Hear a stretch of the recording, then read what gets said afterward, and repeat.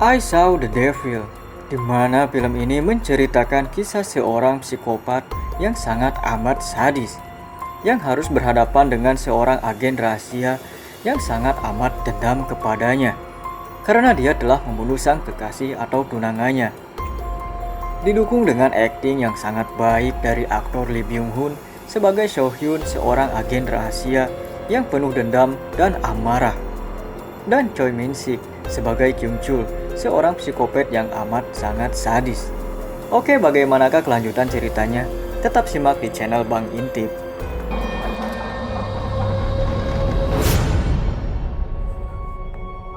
Di suatu malam di tengah hujan salju, ada seorang wanita bernama Jo Yun, di mana dia terdampar di pinggir jalan dikarenakan mobilnya mengalami masalah atau mogok. Sambil menunggu mobil derek akan tiba, terlihat Jo Yun pun sedang berbicara perihal keadaan dirinya lewat telepon dengan kekasihnya atau tunangannya yang bernama So Hyun. Di mana So Hyun adalah seorang agen rahasia di Badan Intelijen Nasional, di mana terlihat So Hyun begitu sangat menyayangi Jo Yun.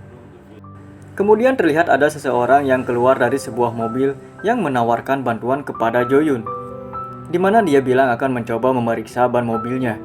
Namun lewat telepon, So Hyun yang khawatir menyuruh Jo Yun untuk tetap berada di dalam mobil sampai mobil derek tiba. Setelah Jo Yun selesai menelepon So Hyun, terlihat di mana si pria tadi menghampiri kembali dan memaksa akan memberikan bantuan kepada Jo Yun, di mana Jo Yun menolak dan mengatakan akan menunggu mobil derek sampai tiba. Namun beberapa saat kemudian, pria tadi tiba-tiba memukul dan merusak kaca jendela mobil dengan sebuah palu dan memukul Jo Yun dengan sangat brutal. Kemudian tibalah di mana Jo Yun dibawa ke kediaman pria tersebut, yang di mana Jo Yun akan dijagal atau dieksekusi olehnya. Di mana Jo Yun sempat memohon untuk tidak dibunuh dikarenakan dia sedang hamil atau mengandung. Namun tanpa rasa belas kasihan, dia pun dijagal oleh pria tersebut.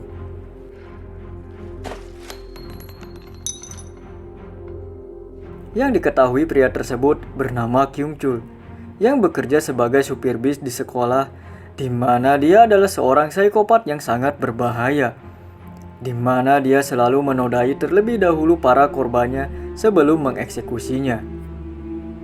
Singkat cerita, beberapa hari kemudian, di mana sebuah potongan telinga di dalam kantong plastik ditemukan oleh seorang anak yang sedang bermain di dekat sungai. Sehingga polisi dan tim forensik pun datang ke lokasi tersebut untuk mencari potongan tubuh lainnya yang dihadiri oleh ayahnya Jo Yun dan juga So Hyun. Kemudian hingga saat di mana salah satu polisi menemukan sesuatu berupa potongan kepala dari Jo Yun, yang di mana langsung menggegerkan kondisi di sekitar lokasi tersebut. Dan yang paling tragis, di mana saat seorang tim forensik tak sengaja menjatuhkan potongan kepala Jo Yun di depan mata So Hyun, sehingga dia shock dan sangat amat sedih. Kemudian saat di rumah duka atau pemakaman, di mana So Hyun dengan perasaan amat sangat sedih, merasa menyesali karena dia tidak bisa melindungi Jo Yun. Kemudian dia mengucapkan janji kepada Jo Yun, di mana dia akan membalaskan dendam kepada pelakunya 1000 kali rasa sakit, bahkan 10.000 kali rasa sakit. Setelah itu So Hyun mengajukan cuti kepada atasannya selama 2 minggu, yang di mana dia akan menggunakan waktu cuti tersebut untuk membalas dendam, yang di mana dia juga meminta sesuatu kepada rekan kerjanya berupa alat penyadap GPS kapsul yang nanti akan dia pergunakan selama balas dendamnya. Dan juga dia mendatangi ayah Jo Yun, di mana ayah Jo Yun adalah seorang pensiunan detektif yang mempunyai berkas tentang kemungkinan pelaku pembunuh anaknya tersebut, di mana dalam berkas tersebut ada kemungkinan 4 orang tersangka yang sudah dalam target kepolisian yang diberikan kepada So Hyun. Kemudian di mana So Hyun mulai memburu satu persatu dari keempat kemungkinan tersangka tersebut, di mana dia mendatangi seorang pria ke-1 dengan penuh dendam dan amarah yang begitu besar, sehingga So Hyun menginterogasi dan bahkan menyiksa sampai dia memukul otongnya hingga meronta-ronta dan menjerit-jerit. Sampai di mana saat si pelaku pertama tadi di rumah sakit dengan keadaan amat sangat terluka parah, hingga dia tidak bisa bicara kepada polisi yang menanyainya, yang dimana dia bukanlah pelaku tersebut. Kemudian So-hyun melanjutkan mendatangi seorang pria kedua yang ditargetkannya, dan tanpa basa-basi dengan penuh amarah, So-hyun menghajarnya, dan bisa kalian bayangkan kondisi si pria tersebut. Namun kemudian si pria kedua tadi juga bukanlah si pelakunya. Kemudian malam pun tiba, yang dimana saat So-hyun akan beristirahat terlebih dahulu, dimana dia tidak bisa tidur dan memandangi target si pria ketiga, yang merupakan si Kyung-chul, si pembunuh sebenarnya. Kemudian esoknya dia mendatangi rumah Kyung-chul. Namun terlihat Kyung-chul tidak ada di sana, yang dimana dia bertemu dengan ibu dan ayah Kyung-chul dengan berpura-pura sebagai perusahaan asuransi, dimana sang ayah terlihat membenci Kyung-chul dan sudah tidak menganggapnya anaknya lagi. Saat So-hyun menanyakan tempat keberadaan Kyung-chul kepada ibunya, ternyata ibunya tidak mengetahuinya. Namun dia menyuruh So-hyun untuk menanyakan kepada anaknya, karena anaknya lah yang mengetahui kediamannya. Kemudian saat So-hyun tiba di kediaman atau rumah Kyung-chul, di mana Kyung-chul sedang tidak berada di rumahnya karena dia sedang bekerja sebagai supir yang mengantarkan siswi dari salah satu sekolah, yang dimana dia pada saat mengantar siswi terlihat tinggal ada satu lagi siswi yang ketiduran di mobilnya dan akan menjadi mangsa atau korban dari si psikopat Kyung-chul tersebut. Di sisi lain, So-hyun yang menggeledah rumahnya menemukan bekas barang-barang dan pakaian dalam wanita. Dan saat dia masuk ke ruangan lainnya, dia menemukan cincin tunangan kekasihnya Jo-yun, di mana cincin tersebut menjadi bukti kuat bahwa si Kyung-chul lah pelaku pembunuh kekasihnya tersebut, dengan ekspresi kesedihan yang amat dalam yang dirasakannya. Singkat cerita, Kyung-chul pun tiba di rumahnya dengan menculik siswi dan berniat akan melakukan aksi bejatnya. Namun dia mendengar suara yang memanggilnya dari dalam, sehingga dia pun pergi dengan membawa sabit untuk mengeceknya. Kemudian saat mereka bertemu, di mana So-hyun menatap tajam dengan penuh dendam dan amarah ke arah Kyung-chul, dan terjadi perkelahian di antara mereka. Kyung-chul pun kalah telak meskipun So-hyun melawannya dengan tangan kosong saja.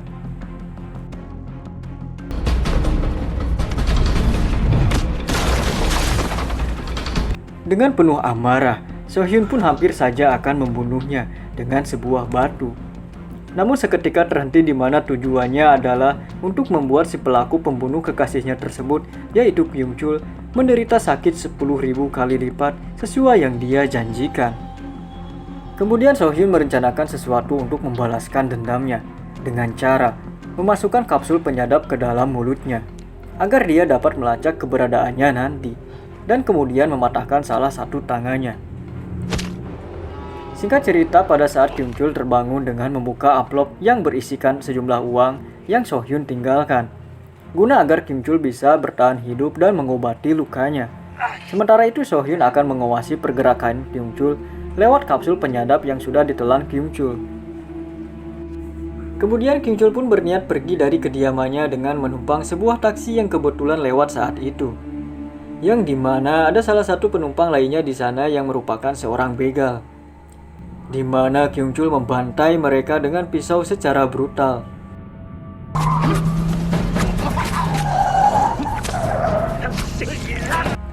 Kemudian dia pun menepi di suatu sungai dan membuang mayatnya di sana dan membawa mobil taksi tersebut. Yang di sisi lain, So-hyun mengikuti dari belakang dan mengawasi pergerakannya lewat kapsul penyadapnya tersebut. Setelah itu, Kyung-chul pun pergi ke sebuah klinik untuk mengobati lukanya. Dan saat di sana dia bertemu dengan seorang gadis pegawai klinik yang cantik, yang kemudian dia mengancamnya akan melukainya jika dia tidak menuruti nafsu bejatnya tersebut. Di sisi lain, So-hyun yang mendengarkan lewat alat penyadap bergegas mendatanginya, di mana saat Kyung-chul sedang menikmati gadis klinik tersebut, tibalah So-hyun yang langsung menghajarnya.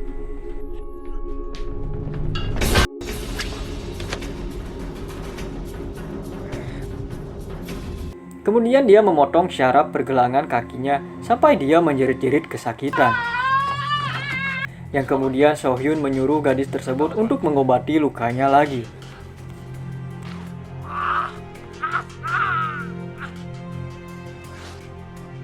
Setelah itu kemudian scene berganti di mana Kyung Chul sedang pergi menuju ke suatu tempat. Sementara itu So Hyun mengikutinya dari belakang dan mengawasi pergerakannya lewat alat penyadapnya. Yang dimana dia juga sempat ditelepon oleh ayah Jo Yoon, dimana dia mengkhawatirkannya dan sempat menyuruhnya untuk berhenti mengejar Kyung Chul karena polisi sudah mengejarnya. Dan sempat juga adik dari Jo Yoon yaitu Si Yoon mencoba untuk berbicara untuk menghentikan aksi balas dendam So Hyun. Namun So Hyun tidak menghiraukannya dan tetap akan membalaskan dendamnya. Dan tibalah Kyung Chul di sebuah rumah di mana dia menemui temannya, yang diketahui juga temannya tersebut adalah seorang psikopat yang dimana dia juga seorang kanibal, dimana dia memakan daging para korbannya tersebut. Kemudian Kyung Chul pun bercerita kepada temannya ini dimana dia sedang diincar oleh seorang pria yang dia tidak ketahui olehnya. Yang kemudian temannya berpendapat bahwa pria tersebut adalah seorang maniak, kalau tidak kemungkinan dia adalah kekasih si wanita yang pernah Kyung Chul bunuh. Dan berkata bahwa Kyung Chul telah berhasil menciptakan seorang monster yang sedang memburunya. Kemudian scene diperlihatkan di mana teman Kyung Chul akan menjagal seorang wanita, di mana diketahui lewat alarmnya ada seorang penyusup yaitu So Hyun yang masuk ke rumahnya. Dan So Hyun pun bertarung melawannya.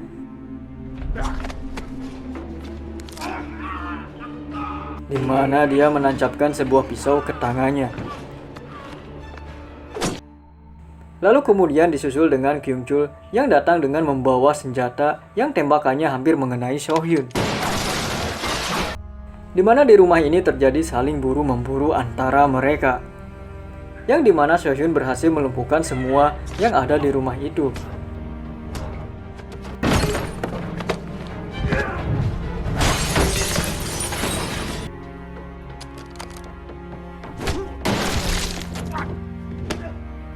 Di mana saking emosinya, So Hyun sampai memukul Kyung Chul walaupun dia sudah tidak sadarkan diri. Setelah menghajar Kyung Chul sampai tak sadarkan diri, So Hyun pun pergi dan membawa Kyung Chul bersamanya. Kemudian scene diperlihatkan di mana dia berada di tempat rekan kerjanya bersama Kyung Chul yang dirawat di sana dengan kondisi Kyung Chul yang masih tergeletak pingsan. Kemudian tanpa tak sengaja, teman So Hyun mengucapkan terkait kapsul penyadap yang ditanamkan di tubuh Kyung Chul. Yang dimana So Hyun menyuruhnya untuk tidak membicarakannya karena takut Kyung Chul mendengarkannya. Kemudian scene diperlihatkan di mana Kyung Chul dilepaskan kembali di suatu tempat oleh So Hyun. Namun Kyung Chul pun tahu rahasia tentang alat penyadap yang tertanam dalam tubuh dirinya. Yang tidak salah lagi, Kyung Chul tahu karena mendengarkan obrolan So Hyun dan temannya saat sedang dirawat di tempatnya. Dan dia pun mengetahui tentang So Hyun, di mana di sini Kyung Chul mendatangi sebuah apotik untuk mencari obat perangsang BAB untuk mengeluarkan alat penyadap dalam tubuhnya sambil berbicara dan menantang So Hyun dan mengatakan akan menyesal karena dia tidak membunuh dirinya. Dan dia berkata bahwa akan menunjukkan rasa sakit yang sebenarnya dan yang paling menyakitkan di mana Kyung Chul mengatakan sang kekasih So Hyun sebelum dibunuhnya sempat memohon ampun untuk tidak dibunuh karena sedang mengandung anaknya. Sementara itu So Hyun yang terkejut mendengarkan yang dibicarakan oleh Kyung Chul dan bergegas langsung akan mengejarnya. Di sisi lain Kyung Chul yang sudah berhasil mengeluarkan alat penyadapnya dan diletakkan di seorang supir taksi yang sedang ke toilet yang dia aniaya. Namun setelah So Hyun sampai di lokasi apotik tersebut, di mana dia terlambat karena Kyung Chul sudah tidak berada di sana dan alat penyadapnya sudah berhasil Kyung Chul lepaskan. Di sisi lain Kyung Chul sedang menelepon seorang detektif yaitu Detektif Oh dengan bermaksud akan menyerahkan dirinya. Yang dimana sementara itu So Hyun pergi ke rumah sakit di mana teman Kyung Chul dirawat. Dia pun membangunkannya dan menanyai perihal Kyung Chul akan pergi kemana. Di mana di sini dia menjawab, "Kau seharusnya tak membuatnya marah. Pertama pacarmu, kemudian keluarganya. Lalu dia akan menyerahkan diri kepada polisi." Yang diketahui di mana selanjutnya Kyung Chul akan melakukan sesuatu terhadap keluarga Jo Yoon. Dan setelah itu dia akan menyerahkan diri kepada polisi, di mana bertujuan agar dirinya aman dari perburuan So Hyun dan akan membuat So Hyun menderita karena dia tidak akan mampu membalaskan dendamnya lagi. Dan terakhir dia bilang kepada Sohyun dan seolah-olah mengolok-oloknya dan mengatakan di mana Kyungchul tidak sama seperti dirinya, yang dimana Kyungchul memberi kenikmatan terlebih dahulu kepada korbannya sambil tertawa, yang sontak membuat Sohyun marah sehingga dia menarik rahangnya sampai mulutnya sobek dan berkata bahwa dia akan membuat senyum permanen untuknya. Di sisi lain, teman Sohyun yang memberitahu dirinya bahwa dia telah menyadap telepon Kyungchul dan mengetahui pembicaraan antara Kyungchul dan polisi di mana dia berencana akan menyerahkan dirinya dan memberitahu lokasi di mana Kyungchul berada. Kemudian scene diperlihatkan di mana Kyungchul telah tiba di rumah ayah Joyun dengan berpura-pura sebagai tukang kurir paket, yang dimana Sohyun mencoba menelponnya namun tidak terjawab karena ayah Joyun malah menghampiri Kyungchul. Kemudian scene diperlihatkan di mana Kyungchul sudah melakukan sesuatu terhadap ayah Joyun, yang disusul kedatangan Siyun yang baru pulang ke rumah, yang dimana Kyungchul pun akan memangsanya juga. Singkat cerita, Sohyun pun terlambat datang untuk menyelamatkan ayah Joyun, di mana sudah ada polisi di sana. Kemudian Sohyun pun melihat ayah Joyun dengan kondisi yang sangat amat parah. Kemudian detektif Oh menerima telepon dari Kyungchul, di mana dia ingin berbicara dengan Sohyun, di mana Kyungchul mengolok-olok Sohyun dan mengatakan bahwa kau tak seharusnya berurusan denganku, dan di mana diketahui juga Siyun, adik dari Joyun, sudah dibunuh oleh Kyungchul. Dengan tergesa-gesa, Sohyun berusaha mengejarnya dengan mengemudikan sebuah mobil dengan melawan arah. Sementara itu, scene diperlihatkan di mana ketika para polisi sudah bersiap-siap menunggu kedatangan Kyungchul yang berniat menyerahkan dirinya. Kemudian Kyungchul pun datang dengan sebuah mobil taksi dan keluar dari mobil dengan penuh darah di sekujur tubuhnya dan melambaikan tangannya dengan sebuah pisau di tangannya. Sementara itu, Sohyun yang sudah tiba di sana dengan mobilnya bersiap-siap akan menangkapnya juga. Kemudian saat polisi pun berlari akan menangkap Kyungchul, disusul Sohyun melaju ke arah Kyungchul, di mana dia berhasil memasukkannya ke dalam mobil dan dibawanya.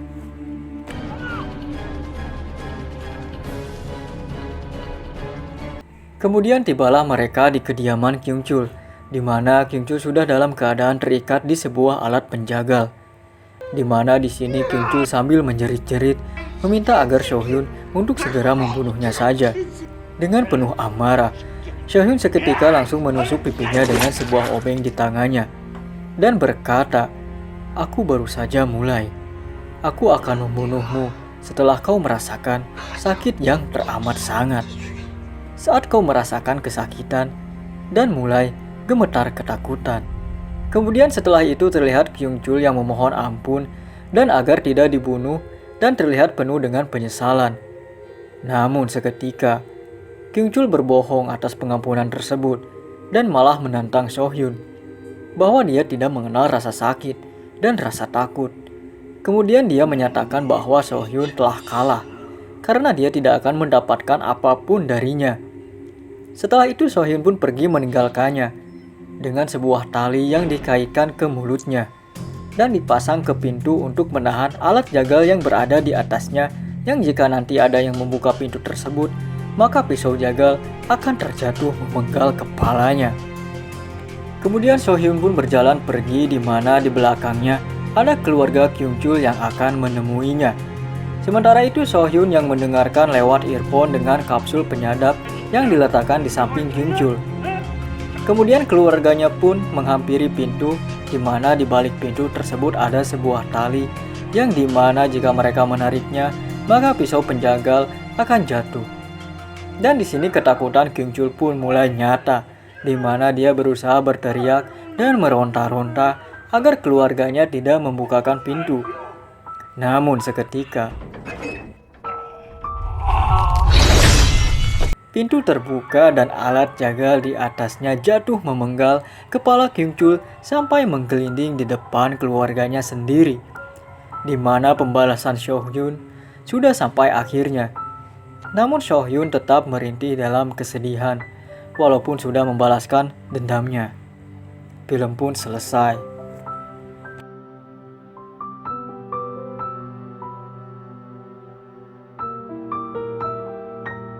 Film paling epik yang pernah saya tonton. Bagaimana menurut kalian? Jika kalian ingin menontonnya, silahkan mencobanya. Kalian akan merasakan emosional yang sangat dalam.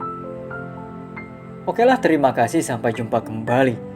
Jangan lupa like, subscribe, dan share ya.